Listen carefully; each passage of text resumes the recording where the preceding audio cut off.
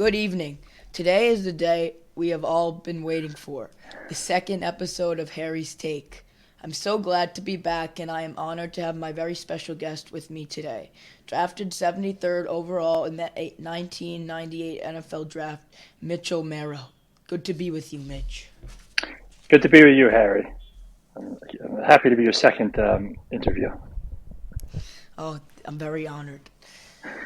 So, let's see. You were a defensive lineman in college, recruited uh, from Brunswick High School, and a star at the Penn Quakers. And so, what was the scouting process like?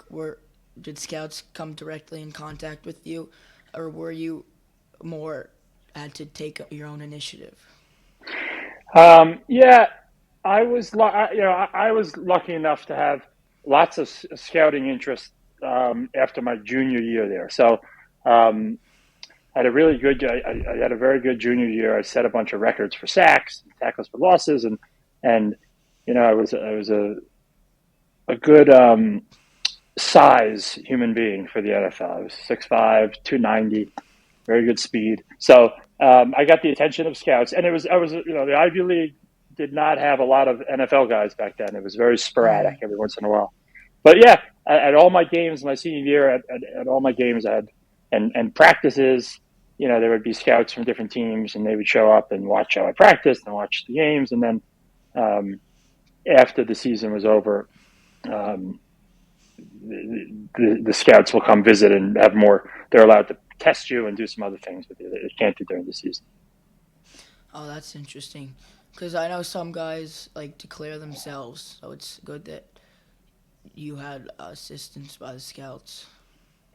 Yeah, when I played, they didn't have any of the stuff they have now, like this crazy transfer portal, and certainly didn't have any money coming in like these kids today. But they look. There are scouts. These scouts talk, and certainly I got early on a lot of looks from like the local guys from Philly for the Eagles, and then as word got out, they what happens is after your junior year, they some different groups will come and run a 40, like the things you do at the combine, and they'll just test you just to rate you. So after that, I did well on my the measurables, and the next season they got a lot of attention, so it was very helpful. Yeah, speaking of the combine, so what was your combine like? Where was it? And first, what do you have to say about the experience of being in the NFL combine? So the combine is in Indianapolis. Every year they have it in Indianapolis. It's been a long-standing deal. Um, Mm. the the experience is the once in a lifetime. They invite a certain number of top college athletes, and they fly you in. You have to do all sorts of crazy things, like you have to sign away a release, where they can do like an FBI level search into your background. You have to release that they can look at any information, and then they give you a bunch of these little short gray shorts and a little gray T-shirt, and that's what you wear for the rest of the combine with a little number on it. And they drug test you, and then um, they they obviously put you through the 40 and the vertical and standing broad jump and bench press, and then a bunch of individual position drills. So I was a defensive end, so they would group me with all the other defensive ends, and you would go off Mm. and you'd run the 40, do the vertical, and then they would have you, do like agility drills and different position specific drills to see how you moved.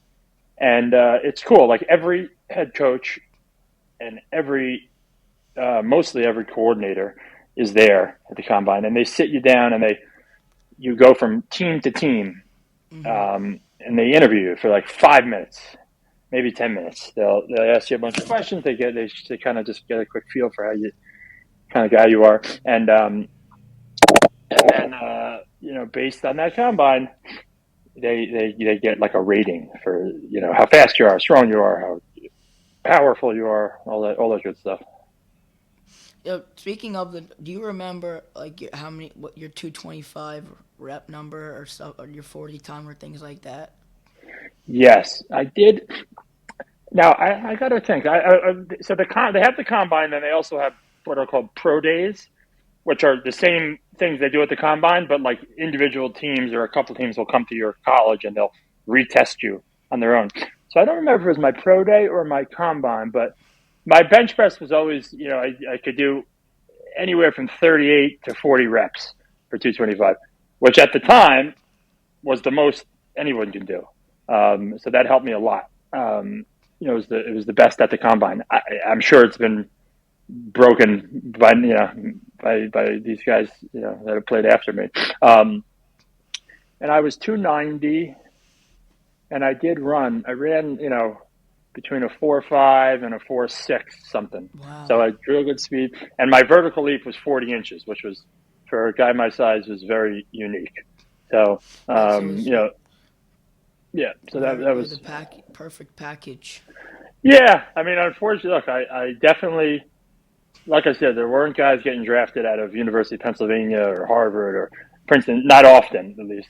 Um, Maybe once every decade or something. And then it's a little different now, but that combine, those numbers are definitely what got me drafted because the level of play, that was the big issue. Is that well, even if I dominated in the Ivy League, they have to try to figure out how that would match up if you were at Georgia or Alabama, Mm. so it was very that was the skepticism of drafting an Ivy League guy is was the level of competition is you're going to play like that against the best. So Just um, they yeah. do the standard things, which is they differentiate. But were you intimidated by the other guys there, or you kind of just held your own? No, I wasn't intimidated. I knew going in that I could do these very special things athletically. So I was a lot of these other guys were well known names and had a lot of exposure. They played at big colleges. you know, I was dying to get in there so I could get everyone's attention. I needed to get people's attention. So I wasn't intimidated. And look, I was as big, as fast, and as strong as anybody at that combine. So I felt I had a lot of confidence back then. It seems like it was a very successful combine for you. But speaking of the interviews, so did you sense that? Obviously, you were drafted by the Panthers, but did you sense that they had a certain interest in you, or did other teams kind of give you a sense, or did you have no idea going in to the draft? Yeah, the combine you don't know much about the coming out of the combine because everybody talks to you, right? They talk to everyone. But they do put you through. Every team has the opportunity to put you through their own doctor's checkup. So if they want to MRI something, they send you to their MRI. If they want to X-ray something, if they want to do a physical check on you, they do it. So that takes forever. That takes like 2 days to get through every team's doctors. But so after they get all that combine information, and then they have these bowl games. Like I was the first Ivy League guy invited to the Senior Bowl, which is like an all-star game. It's like Mm. a lot of the guys in the combine were invited to the Senior Bowl, and it was the best of the best in college. And that after the senior, I had a very good Senior Bowl week. You have two practices. They used to. I don't think they do it anymore. You used to have two practices a day, and then on the week, then at the end of the week, you had a game. And every scout is there, and all the coaches, and they're watching every drill, everything you do. And that is where I was able to show that I could play against the guys from Alabama and Georgia, and that I was more intimidated at the Senior Bowl because I just never had played against that level of guy. But I quickly, look after the first hit, you everything goes to you put everything aside, the nervousness, Mm.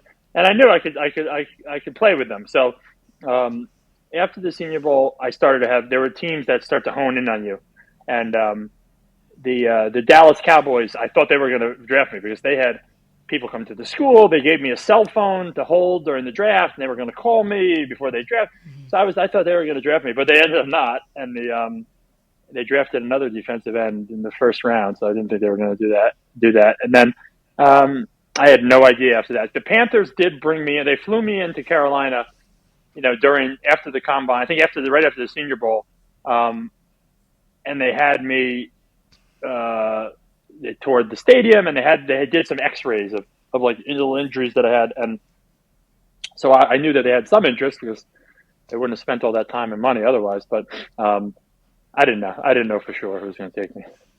Yeah, Panthers are it's like the third or fourth year expansion team. Yeah, Like the Cowboys, been around, so that's a very different feel. yeah, absolutely. And back then it was like people. It was they were so new to the scene that like the average person would always be like, "Well, wait, is it you play for in Jacksonville or Carolina?" Like they didn't. Those two teams were came at the same time. They were so new. They were interchangeable. I just have to explain to people that Carolina Panthers are an NFL team. They're not like a like a farm team because people just didn't know them as well. Mm-hmm. Guys like you who love and watch everything about football certainly know, but yeah, the average Joe was newer. Well, moving on to draft night, must have been a crazy night. So, as you were selected in the third round, 73rd overall, what what what was going through your head during rounds 1 and 2? Or were you nervous that did you think that you would go early, or did you kind of knew that it would come then, or were you did you lose hope? So take me through like what you felt in those early rounds. Yeah, I mean, I had like a draft party at my house, to watch the draft with like guys on my team that I was really friendly with. My parents came, my sister, like some close family and friends, and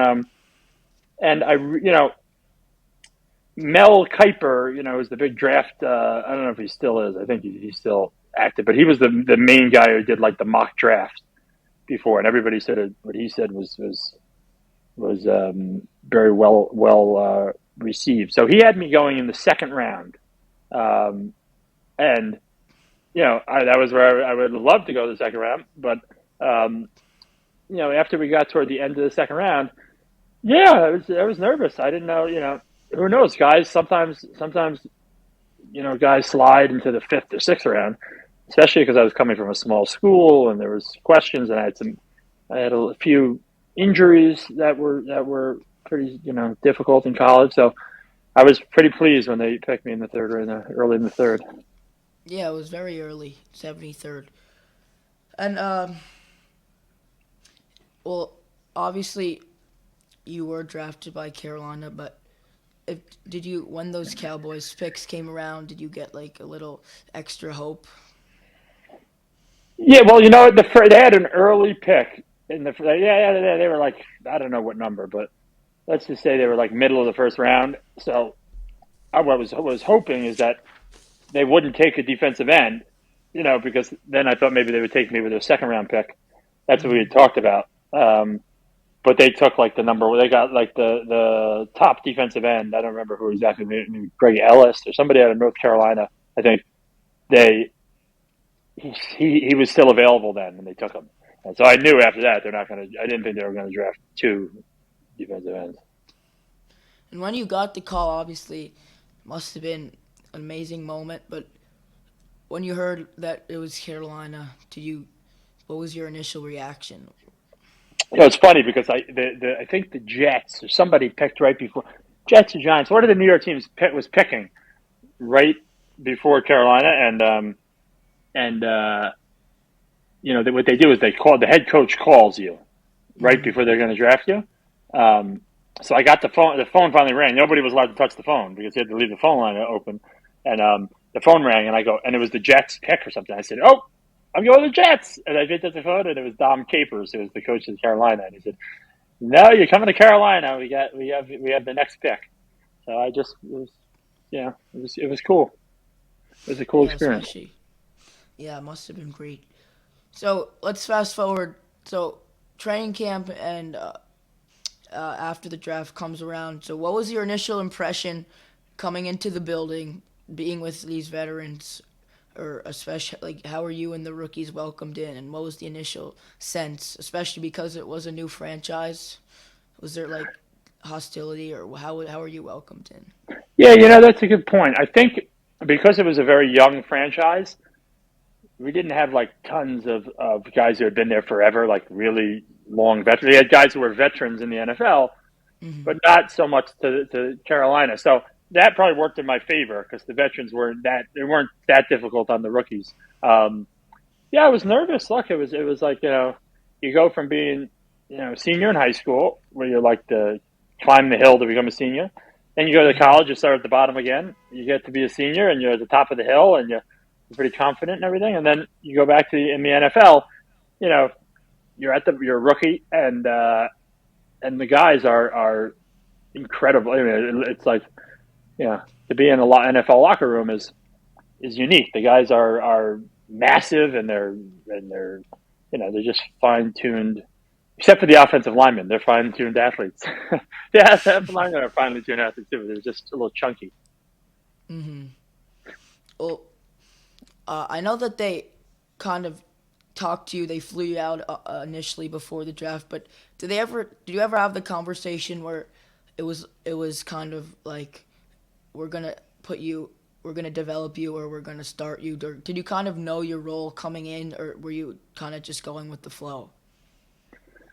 Yeah, just going with the flow. I mean, look, they had. I got there as a rookie, and we had Tom Capers and his staff, and then I think my second year there, that whole staff got fired, and a whole new staff came in. So things change, and the NFL just changes very fast. I didn't think there were some pretty good defensive guys ahead of me that were Kevin Green and um, and Greg Lloyd and some superstar guys that were they were starting. Um, but it was a brave new world. Well, I know that sadly there's a lot of injuries, especially in preseason or training camp. So, what kind of happened? Was it during the first or second off season, or what overall happened? So during my rookie year, I came in. We had a bunch of camps, and I did well. I was feeling pretty good. I think the coaches were pretty pleased. And then when we went to two a days, I injured my back, and I had a disc that dislodged. So they had to fix that. Um, just very, you couldn't no way around it. You had to have surgery. So I did. And when they went into the surgery, they said, "Look, you have a lot of damage back there." And I had some back injuries in college, so I knew I had some damage, but I didn't know to what extent. And they said, "Look, you really have very little discs between the spinal columns, so we'll fix it up the best we can, and we'll see how you do." And then when I came back, they put me on injured reserve, and I trained the team and came back and did myself back in the best shape I could. But the Hmm. following year, just I ended up having to have what's called a spinal fusion, where they just bypass the discs and they fuse the spine together. And yeah, it just was it was pretty clear that you lose a lot of flexibility, you lose some speed, you lose a lot with a spinal Hmm. fusion, so especially at the level I had a fuse. So it was disappointing, for sure. But I it was I just I try to look back and just what an amazing experience for a guy like me to be able to to Hmm. go through that process. So few people ever get to do that. So for me, it was I have nothing but great memories, and everyone gets injured. I just got injured a little earlier. Yeah. So, did you ever consider going back into the league after the initial 2 years, or were the injuries too severe and you just called Yeah, it? it was too. It was a unfortunately when you have a certain type of spinal fusion, especially at my position, the team, the NFL, um, you no longer will be covered by their insurance. Like they can't. They give you what's called a career-ending injury, label, and they pay out the rest of your contract, and they do a few things that are good, but you're not. There's no chance of your spine never gets unfused. So yeah, it never came back, and you know it. And I think after my playing career, I wanted to lose. I was very large for my. I always had to fight to keep weight on, and it was just constantly Hmm. working out. And I think I lost a lot of weight pretty quickly when my career ended. Like I couldn't really lift as much because right away I couldn't for a year or so because of the back injury. So I just ate less, and I became much more normal of a size human. Look, you're still a pretty big guy, but Yeah. Well, I've gotten back into working out, and you know, but look, I weigh 250 something now. I was up near 300 when I played, so I'm still 50 pounds lighter. yeah, they really did. They like force feed you, or you kind of just did it yourself? Yeah, they told you where they wanted you to be in terms of weight, and if you wanted to, you pretty much do what they ask. I had to. The other defensive linemen were much bigger than me when I got there, so I said, "Jesus, I got to keep my weight up." So eating is a full time job for sure. But they feed you. They feed you with good food all the time. Yeah, it must have been tasty. Well, moving on to, well, I know you've been removed for like 20 years or so. So I know that it's very impressive. It was a big pivot from the NFL to starting your own doggy daycare industry. It's called Spot. So how did those two kind of, how'd you go from the NFL playing with huge guys and like violence and things like those things that motivate you to play into going into a very, uh, nice and furry and lovable career? Well, I didn't go right from the when my NFL career ended. I went to go work in finance for some years. So I Hmm. made a little money, and I went to I look at one of the benefits of going to an Ivy League school was that I had a good network of connections, and I was able to go find do something that was exciting, and learn about money and investing and all that good stuff. And then um, I had a Saint Bernard and a Mastiff in the city in a little apartment. So everybody thought it was nuts, but I love big dogs, as you know. And Hmm. I always was trying to figure out how to get them taken care of during the day when I was at work, and um, it was very hard to find like good level of care. So, and there was a few daycares around, but they were not.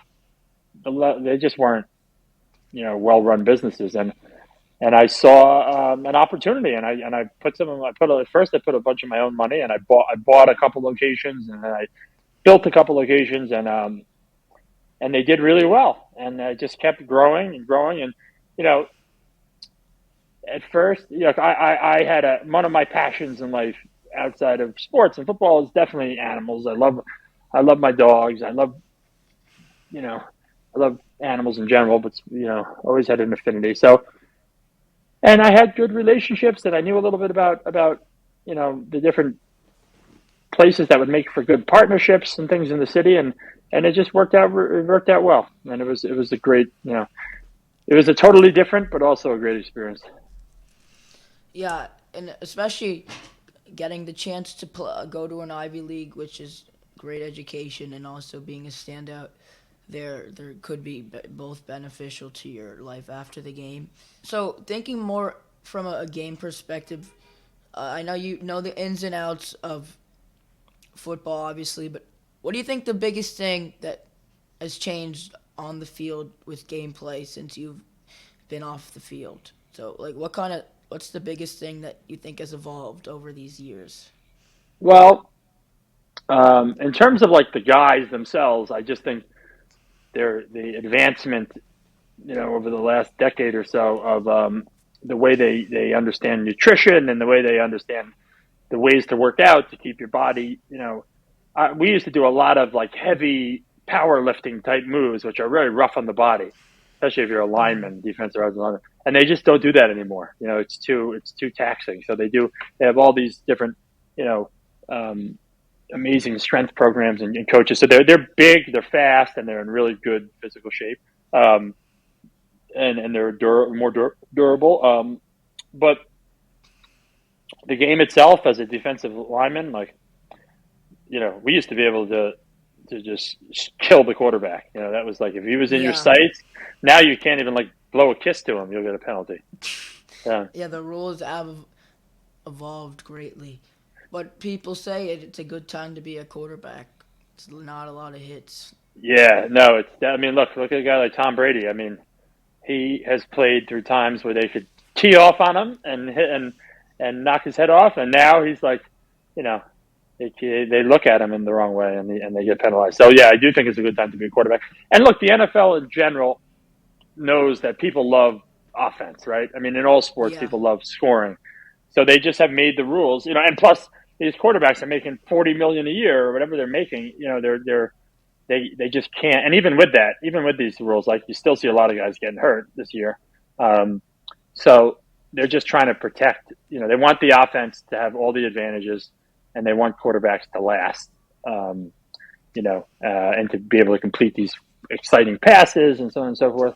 Um, that's probably the biggest. And then look, we also just the technology is amazing. Like you watch a yeah, game, it's like watching a video game now. Like you know they got speaking in their helmets and they're talking to coaches and they're you have every angle and there's the amount of they didn't even have.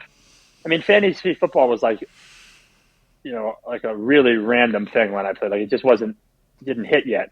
Now it's like everybody is so invested in every player's statistics, and it's just a different world. It's a different world, and I yeah, think it's great. yeah. It really has evolved, and I think, especially from a defensive standpoint, it could probably be looked at as negative to the overall quality of the game, especially from a defensive lineman position. As you said, you can't perform like these exact moves and techniques that you were taught because of the new rules. So it's obviously very different, but I think the fundamentals are still there. It's just the way you take them down, is my guess. Yeah, look, they pay. Look, to be fair, the guys make more and more money every couple of years, right? They keep pass rushers make a lot of money in the NFL. They're very valued as well. But the difference is like you saw even something like the game last weekend, with the Bengals and the Chiefs, right? Like look, he pushed them out of bounds, but little, how many games have you seen this year where like it gets decided because of a questionable hit on the quarterback, where a guy can't stop himself? Like you have a 280-pound, 290-pound guy coming full speed trying to get around another 300-pound guy, and then he gets like a foot from the quarterback, and you want him to like completely pull off. It's hard to do. It's hard to do. Hmm. So you do see that affecting a lot of games, but it's not going away. They're only going to protect guys more and more. And that's why I think guys do a lot of ballet and body control stuff. So in that situation, they could have more control. But I do think, well, look, he was obviously out of bounds. His foot was on the white. But it is like 5 years ago, that wouldn't have probably been called, or like 10 years ago. So it's very definitely the officiating, from the officiating standpoint, it's obviously a lot more intricate. So yeah, a lot of that could change in a lot of years. So, but it's great to see it's getting better. I know I haven't been around as much as you, but I like to observe these things. I think it's interesting. Yeah, look, I love it. I appreciate the game and I love it. I love watching the battles up front. I really can appreciate having played defensive line. I just watched these guys today, and there's so many great guys. And look, there's some great offensive linemen too. But I think to be a really spectacular defensive lineman nowadays, you have to. It's even harder than it used to be, right? Like you can't, we used to be able to do just about anything to the offensive lineman as long as you didn't rip his helmet off. Yeah, Now, like they call defensive hands to the face and hold. I mean, they call things left and right. So, these guys have to. It's just that much more difficult to be great. But there are great guys there, and there really are. They're amazing athletes. what would you say that? Well, you're obviously were well versed in probably a lot of moves. What would you say your signature pass rush move, like the bull rush, the spin? What do you think your best move was, or effectively? What I used to love to do is very early in the game, like on the first pass, the first, you can tell when they're going to pass because the linemen are leaning back, you know. So the very first pass rush, I'd like to come as hard as I could under the guy's helmet with both fists. So I'd bang his head back, and he would take a real shot, and he just didn't want. I didn't care if I got to the quarterback. I just wanted to put a real hit on the offensive lineman, so that then from there, if I could do that successfully, I could use my speed very easily because whether it was a swim move or just a rip and club, once you get guys out of their comfort zone where they're trying to make sure they get back and they don't want to really get bull rushed, and you have a lot of opportunities. So look, I love the way Aaron Donaldson plays, right? Aaron Donald rather, because the people are so afraid that he's going to bull rush them. He's so powerful that he owns them. When he's having a good game, he owns the guys. They have to double and triple team him. So that I in my own little small way, I tried to do the same thing. Yeah, it's a lot of a guessing game, I guess, from an offensive line standpoint. You don't know what they're going to come at you with, especially if you said you get them out of their groove and rhythm. It's easy to exploit them. Yeah, and look, in today's game, which is different than when I played, you have a lot of mobile quarterbacks, and they do the RPO, the run pass option all the time, and they have these offensives developed around. Look at the Eagles with Jalen Hurts, for instance, and even Mahomes when he's fully healthy. I mean, they're a threat to take off on any play, and that is different. That makes it much harder to play defensive line because you can't lose contain. You can't let the guy get outside if you're on the end, but you're also trying to beat him, and he knows you can't lose that outside shoulder. So yeah, that's another piece of the game that is exciting. It's very offense friendly. Is these, and I don't know how these quarterbacks. I guess that's why we see a lot of injuries. Like these quarterbacks are getting out of the pocket, and they can take a hit out of the pocket. So yeah, I think I agree. I was thinking that as well. A lot of what I see, a lot more mobile quarterbacks. You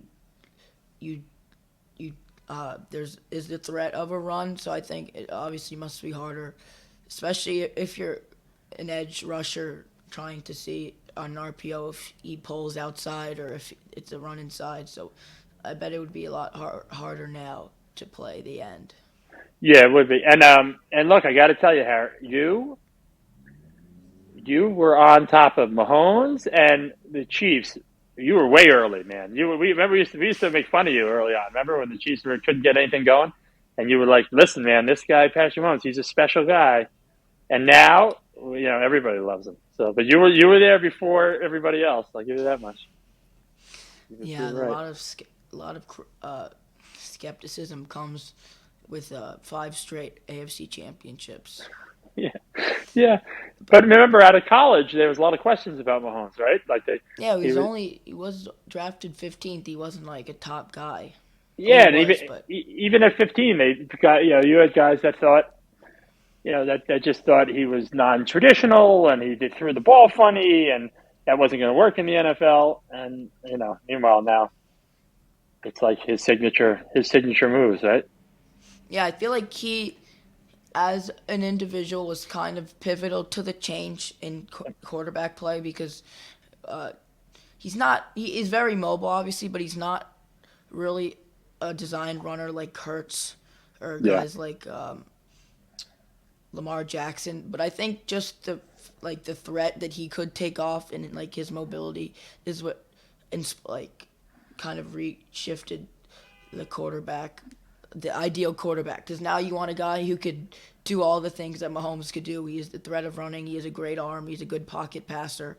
So I think he's the kind of guy that set the bar as a different yeah, style of I play. agree. I agree. Look, you have the guys like you have like the Josh Allens of the world now who are you know they have to be they're great passers, but they have to be able to take off, right? Like if they're like look at even Mahomes last week when he got hurt, you know, and he was limping. Like you got very nervous. He happens to be such a good athlete and such an amazing quarterback that he overcame it. But and he was able to play straight drop. But we were talking about defensive ends.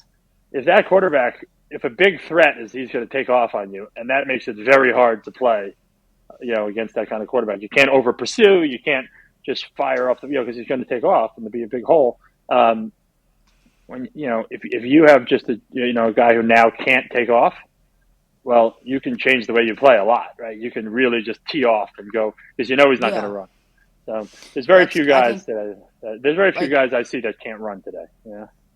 well guys like Brady who early well he's obviously dominant throughout his whole career, but now I wouldn't say he's lost his edge, but he's not certainly not the best athlete running wise. So I think that could be like a factor of why he wasn't as successful. Obviously, there's a lot of issues with his team, but I think he's a good example of how like the ideal quarterback shifted from a very good pocket passer with obviously tremendous reads and mental capacities to a guy like Mahomes who can do it all. So I think there's a fine line that the quarterback position is trying to meet between a stand-in pocket passer like Brady and a Lamar Jackson who takes off every other play. Yeah, I agree. And when you're paying these guys, you know, it's a scary proposition. Look, I'll give Tom Brady the benefit of the doubt. He's also an old man. Like he's been playing for Yeah, 23 years. So, we all lose a little pep. If you come back to me 23 years from now, you tell me how your 40's doing. well, it's not great as of now. So Well, it'll probably get better, until you become like from a boy to a real man, and then I'll tell you from experience, it does. Time is not friendly. I don't know how these guys like, Brady, Aaron Rodgers, these guys they're freaks of nature. They're just freaks of nature. The football. I mean, you don't see many offensive or defensive linemen that are approaching 40 because it's just your body can't usually sustain that. But um, those guys are amazing. I'd love to see. I'd love to see. I'm rooting for Mahomes this weekend. I'm rooting for the Chiefs. I think Joe Burrow is a little cocky for my likes. I love the humility that Mahomes shows. That's why he's self-deprecating. He does these commercials where he laughs at himself. He always seems to say the right things, and he's got a likability factor. Joe Burrow. I love humility. I always were attracted to guys that had humility and were those are the kind of people I wanted to be around. And I get it. I get that he's an amazing player, but I think he's a little too much like wannabe Joe Namath. With the fur coats and the cigars. yeah, but I do think he's obviously a great quarterback. But he obviously was in the Super Bowl. But I think if he had a little more mobility, it would make him because the perfect quarterback. He obviously is really he could take off, but he's not like that big of a threat. I would say to escape the pocket. Obviously, he takes off if all else fails. But I Yeah, think if he had that edge like Lamar that Mahomes has over him mobility wise, obviously not last game because of his ankle, but in general. yeah, I'd agree. I think he is. I give him credit though. He's slippery in the pocket. Guys get to him, and they just can't take him down. It just. I mean, it's same with Mahomes, and Mahomes can run, but Joe Burrow does. He does avoid taking sacks. He seems to slip away. Which is just a good instinct and very frustrating if you're a defensive lineman. If you get Yeah, there, I'm you sure. you really want the guy just to go down, especially if you're not allowed to crush him when you get there. You have to pull up. You can't hit him that hard. You can't hit anywhere near his head, and it gives these guys Yeah, the opportunity to escape. you see a lot of I wouldn't say technique, but you see a lot of guys not even completing sacks because of the fear that Yep. they're gonna and the quarterback slips away. But I think that I obviously agree Burrow's very good in the pocket, but I just don't think he has the same threat of design runs for him. But he's obviously a great quarterback, and he's gonna have a lot of successful years. So, Yeah, and but he's got look. obviously, Mahomes is doing it.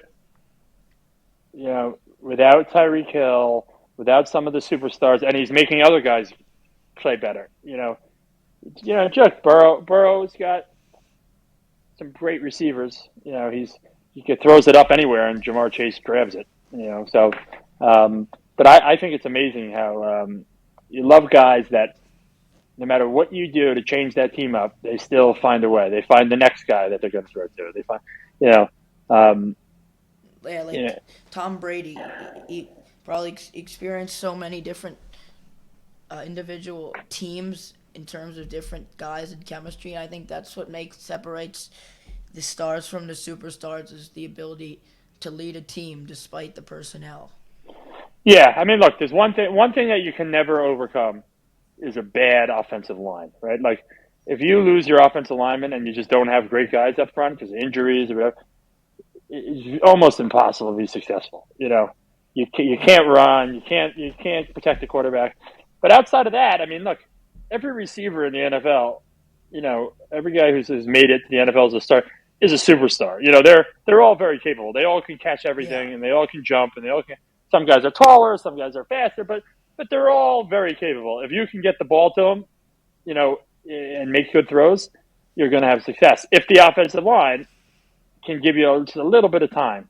So, and if, it'll be interesting. It'll be interesting to see. Like, there's some great defensive linemen playing this weekend on both teams. Um, Chris the Jones. Chris Jones is one of the best. The Eagles have an awesome defense. All around they're really good. And I'm not a huge Jalen Hurts fan because I mean he's obviously proved a lot of people wrong this year, but I just you know I don't know. I don't. I think he's in. He's got to have a really. If he's got to play perfectly to beat the Chiefs, unless Mahomes is more injured than we think, which I hope is not the case. Well, on that note, do you have any early picks for the game? I would, if I was a betting man, I would take the Chiefs, and I don't know what the over under is. Do you? I think somewhere around 50, my guess. Yeah, I mean that would be a tough one to pick because these guys can both light it up, right? They both can score like crazy. I would say it's going to be the Chiefs 27-20. What's your call? I think 31-28 Chiefs. 31-28. Okay. Well, I think obviously both offenses have the ability to go down the field and score quickly, but it's it's going to be high scoring, but I think it's going to come down to a few defensive stops at the end. Turnovers. It always comes down to turnovers when you get two good teams, right?